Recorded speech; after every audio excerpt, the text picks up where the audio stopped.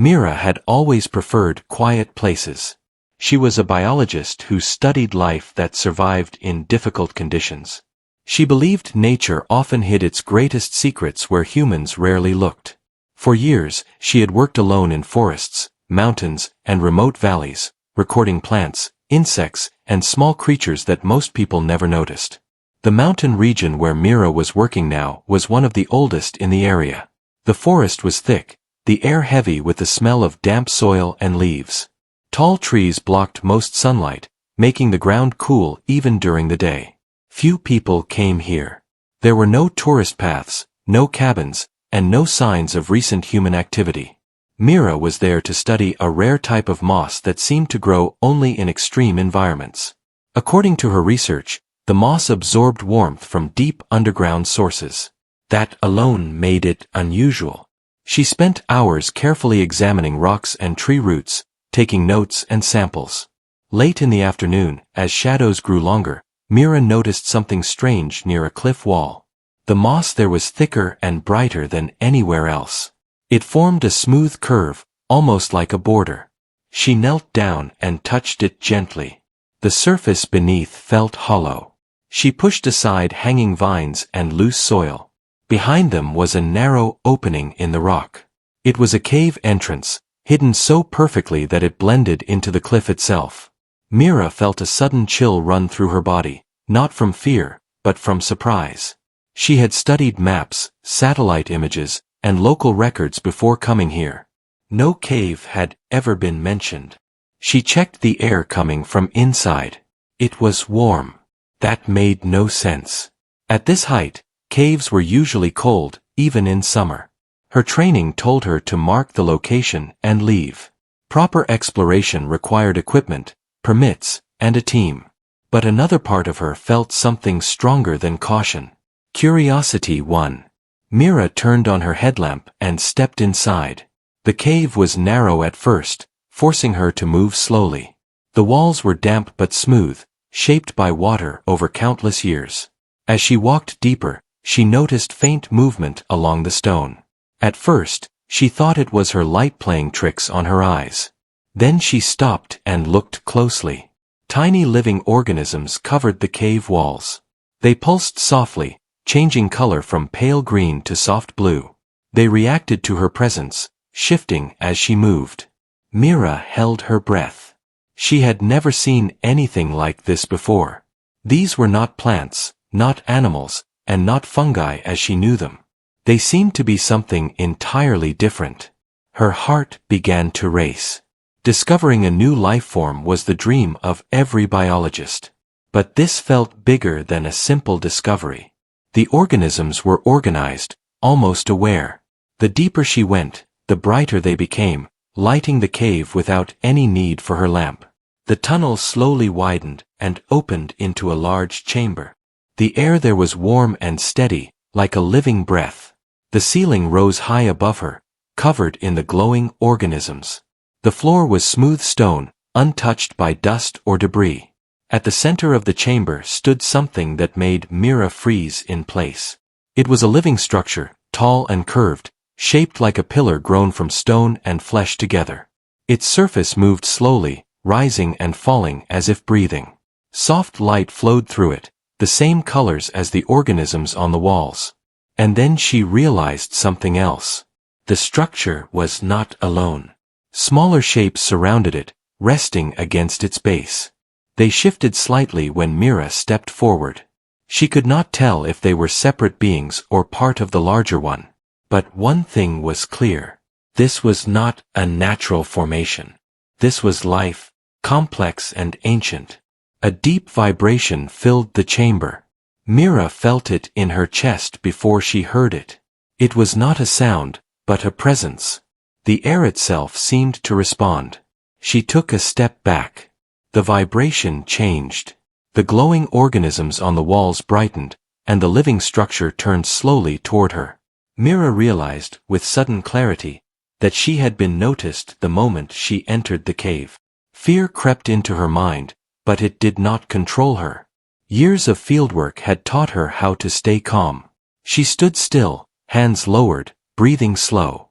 She reminded herself that fear could lead to mistakes. The vibration returned, stronger this time. Images flashed through her thoughts, not as clear pictures, but as feelings. Warmth, depth, time, a sense of waiting.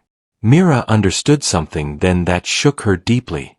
This life form was not hostile. It was aware.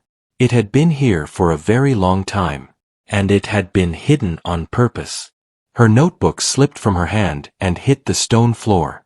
The sound echoed sharply through the chamber. Instantly, the vibration stopped. The smaller shapes pulled closer to the larger structure. Mira felt a wave of emotion wash over her. Not anger, not fear. Something closer to concern. She whispered softly, though she did not know why. Her voice sounded small in the vast space. Nothing responded with words. But the vibration returned, slower now, clearer. And with it came understanding. This cave was a shelter. The life inside depended on secrecy. The warmth, the hidden entrance, the living walls. All of it existed to protect what lived here from the outside world. Myra's discovery was not just important. It was dangerous. If she told others, scientists would come. Equipment would follow. Lights, drilling, samples. The balance inside this cave could be destroyed in the name of research. If she said nothing, the world would never know this life existed. It would remain safe, but forgotten. Mira stood there, alone in the glowing chamber, realizing that her life had just changed forever. She had not only found a hidden cave. She had found a responsibility she had never asked for. And the choice ahead of her would demand more than knowledge. It would demand sacrifice. Mira did not leave the cave right away. She stood still, trying to understand what she had felt. The warm air wrapped around her like a quiet warning. The living structure in the center of the chamber remained calm, glowing softly. The smaller shapes at its base barely moved, yet Mira sensed their awareness. She slowly stepped backward toward the tunnel. The vibration returned, gentle and steady, guiding rather than pushing. Mira understood that the cave was allowing her to leave, not forcing her to stay. That realization stayed with her as she walked out into the cool forest air. Outside, the light was fading. The forest felt different now, as if it were keeping a secret with her. Mira marked the location carefully, then erased the mark from her device. Her hands shook as she did it. This went against everything she had been trained to do. That night, she could not sleep. The images and sensations from the cave returned again and again. She thought about her work, her colleagues, and the years she had spent searching for something meaningful. She had found it. Yet sharing it might destroy it. The next morning, Mira contacted her research center. She told them she had found unusual moss patterns and needed more time to study them. It was not a lie, but it was not the truth either. Her supervisor agreed, reminding her of the importance of documenting anything unusual. Mira spent the day near the cave but did not enter. She observed the forest instead. Plants nearby were healthier, stronger, and greener than expected. Insects moved in careful patterns. Everything around the cliff seemed balanced in a way she had never seen before. That balance depended on what lived inside the cave. On the third day, Mira returned inside. The organisms on the walls glowed brighter as she entered, as if recognizing her. The chamber felt calm. The living structure stood quietly, its surface shifting in slow rhythm. Mira sat on the stone floor, keeping distance. She closed her eyes and focused on breathing. The vibration returned, clearer than before. This time, the images formed more strongly. She saw the cave in the distant past, long before humans. The life inside had survived ice, heat, and time itself. It had learned to hide, to grow slowly, and to protect itself by remaining unknown. Then she saw something else. Cracks in the rock. Changes in the forest above. The warmth inside the cave weakened. The images carried a feeling of urgency. Mira opened her eyes. The cave was in danger. Climate shifts, erosion, and unseen changes above ground were affecting the delicate system inside. The life form was strong, but not unstoppable. It needed help. Not tools or machines, but protection. Mira realized the impossible truth. The cave did not just want to remain hidden. It wanted her to choose. If she revealed the discovery, the world might help preserve it. But attention could bring harm faster than help. If she stayed silent, the cave might not survive the changes happening beyond its walls. Days passed as Mira struggled with the decision. Messages from her research center increased. They wanted updates, samples, data. A funding review was approaching. Her silence would raise questions. One afternoon, a local guide named Lien approached her camp. He had noticed her spending time near the cliff. Lien spoke quietly, with respect for the land. He told her old stories passed down through families, stories about places that were meant to be left alone. Mira listened carefully. She did not mention the cave, but Lien's words felt connected. Some knowledge, he said, came with responsibility, not recognition. That night, Mira made her choice. She sent a report to her research center. It was detailed, accurate, and honest in one important way. She wrote about environmental instability in the region. She recommended the area be protected from development, travel, and exploration due to its fragile ecosystem. She did not mention the cave. She did not describe the life inside. The response came quickly. The report raised concern.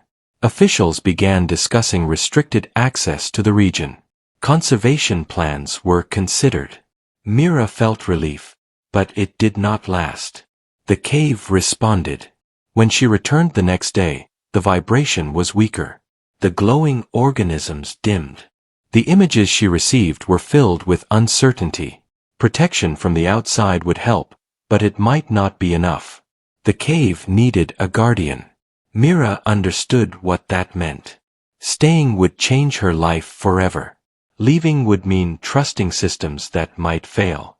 She sat alone in the chamber, the weight of silence pressing on her chest. Her career, her future, her identity as a scientist all stood on one side. The unseen life and its fragile existence stood on the other. There was no perfect answer. Only consequences. As the cave's glow flickered softly around her, Mira realized the choice was no longer about discovery. It was about devotion. And whatever she chose next would define not just her work, but who she truly was.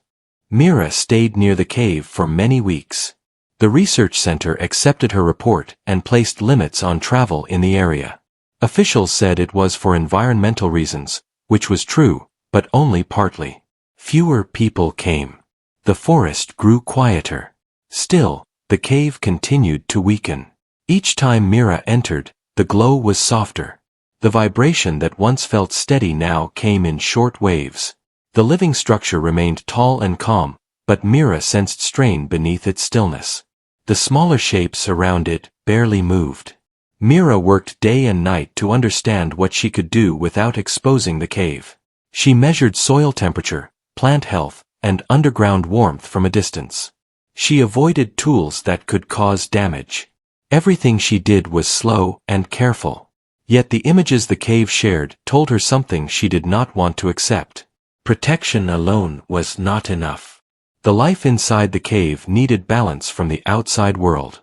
For thousands of years, the forest above had remained untouched. Now even small changes affected the warmth below. Weather patterns shifted. The soil dried faster. Roots reached deeper, disturbing stone that had been stable for ages. Mira felt helpless. One evening, a message arrived from the research center. They wanted her back. Funding had been approved for a new project, and they needed her expertise. The message praised her work and hinted at future recognition. She read it again and again. Leaving meant safety. Leaving meant returning to a life she understood. Staying meant isolation, silence, and a future with no clear shape. The next day, Mira walked deep into the cave and sat near the living structure. She placed her hand gently on the warm stone floor. The vibration came slowly, like a tired breath. Images filled her mind. She saw herself leaving. The cave dimmed further. The warmth faded. The life inside grew weaker, not suddenly, but slowly, until it could no longer hold itself together. Then she saw herself staying. Time passed differently. Seasons changed above. Her presence helped steady the balance. The cave remained hidden, alive, but her own world grew smaller. Mira opened her eyes, tears filling them. The cave was not asking her to save it with action. It was asking her to stay. That night, she packed her equipment. She kept only what she needed to live simply. She sent a final message to the research center, explaining that she needed time away due to health and personal reasons.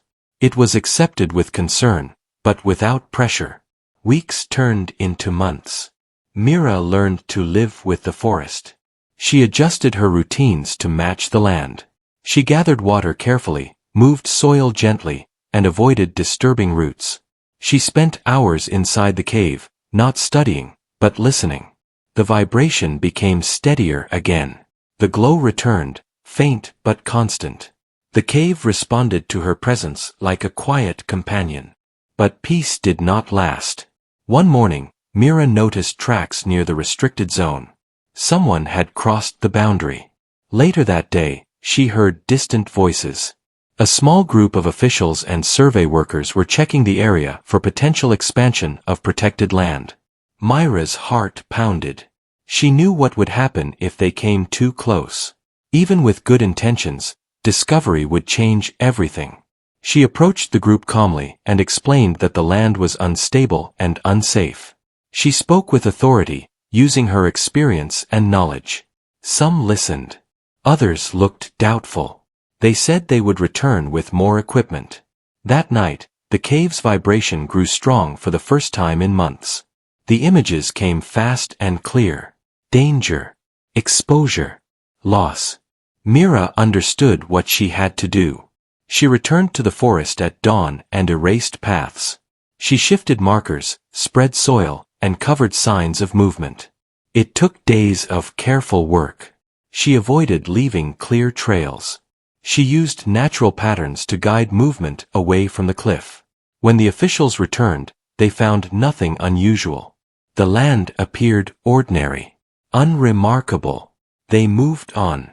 Mira collapsed against a tree afterward, exhausted. She had crossed a line she never imagined she would. She had interfered. She had hidden truth. The cave responded with warmth. As months passed, Mira aged quietly. Her hair grayed. Her movements slowed. She accepted it without regret. The cave remained alive.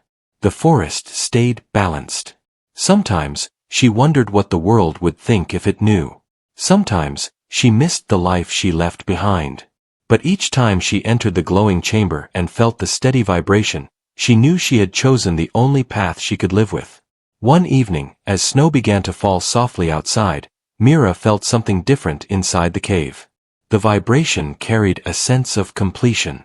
The life inside was no longer just surviving. It was adapting. And Mira realized something profound. She was no longer just its guardian. She was part of its story. Time moved differently for Mira after she chose to stay. Days were no longer counted by dates or messages, but by light, weather, and the rhythm of the cave. Seasons passed with quiet certainty. Spring brought soft rain and new leaves. Summer warmed the forest floor. Autumn covered the ground with gold and brown. Winter returned with deep silence and snow. Mira aged with the land. Her body grew slower, but her mind stayed clear. She learned how much the forest could give without taking too much. She built a small shelter far from the cave entrance, hidden among trees. Smoke from her fire was thin and careful, never rising high enough to draw attention. The cave remained alive. The glowing organisms on the walls changed over time. Their colors grew richer. Their movement became smoother. The vibration that once felt uncertain now flowed with calm strength. The living structure in the center stood firm, its surface steady and warm. Mira understood that the cave had adapted, not because of tools or plans, but because of patience and care. She no longer brought notebooks inside. She no longer measured or recorded. She listened. She observed. She learned in ways no training had ever taught her. Sometimes, images came to her in quiet moments. They showed the cave reaching deeper into the earth, adjusting its warmth, reshaping its balance. The life inside was preparing for a future that did not depend on her. That truth stayed with Mira. One winter morning, she woke with pain in her joints that did not fade. Walking took more effort. Carrying water became harder. She rested more often, sitting beneath trees and watching the forest breathe. She did not fear this change. She had seen it coming. Inside the cave, the vibration acknowledged her condition. It carried understanding, not worry. The life within had learned from her presence, just as she had learned from it. One afternoon, a storm passed through the mountains. Wind bent trees and snow fell thick and heavy. Mira stayed inside the cave for warmth and safety. As she sat near the living structure, she felt something new. The vibration shifted. Images formed slowly, carefully. They showed paths forming in the forest, not walked by feet, but shaped by growth. Roots strengthened stone. Heat moved deeper underground. The cave no longer needed protection from above in the same way. The message was clear. The cave would endure. Mira felt relief and sadness together. She placed her hand on the stone floor and closed her eyes. She remembered her earlier life, the research center, the endless searching.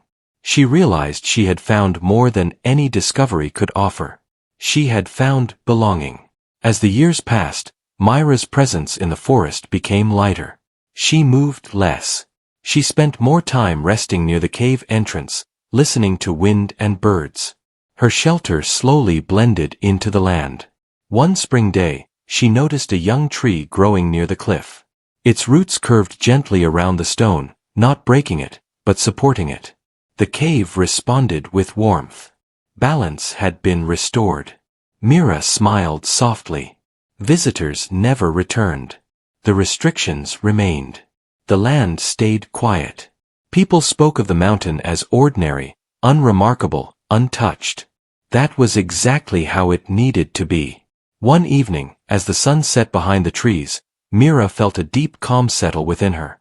She walked into the cave one last time, slower than before, but steady.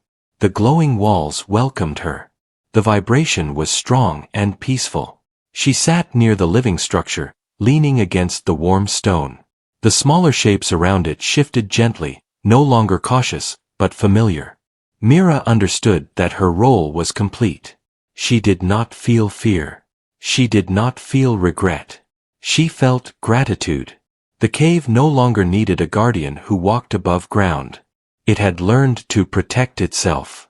The forest had become its shield. As night fell outside, the cave glowed softly, steady and alive. Mira rested there, breathing slow and even, surrounded by warmth and silence. The mountain held its secret, and the secret was safe. The forest woke quietly after the long winter. Snow melted into the soil, feeding roots and stones alike. Birds returned in small numbers at first, then more each day. The mountain looked unchanged to any passing eye. Still, something had shifted. Mira no longer walked among the trees. Her shelter stood empty, slowly becoming part of the forest again. Leaves covered its roof.